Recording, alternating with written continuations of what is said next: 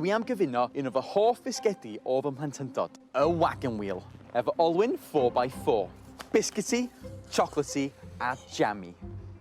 So yn gyntaf, dwi'n gwneud mold o olwyn tegan.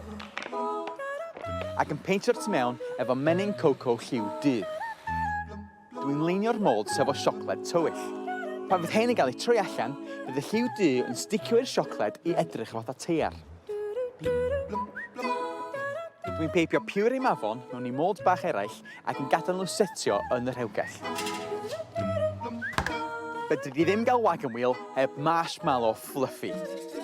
Felly, dwi'n berwi siwgr yn ofalus iawn ac yn ei gymysgu efo gwynwy a gelatin. Dwi'n peipio'r marshmallow i fewn i'r mold olwyn ac yn rhoi piwre sydd wedi setio i fewn hefyd.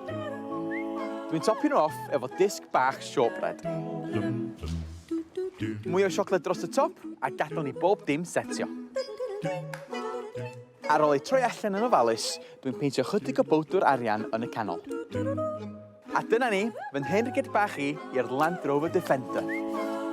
Chydig bach o hwyl, ond seriously blasus.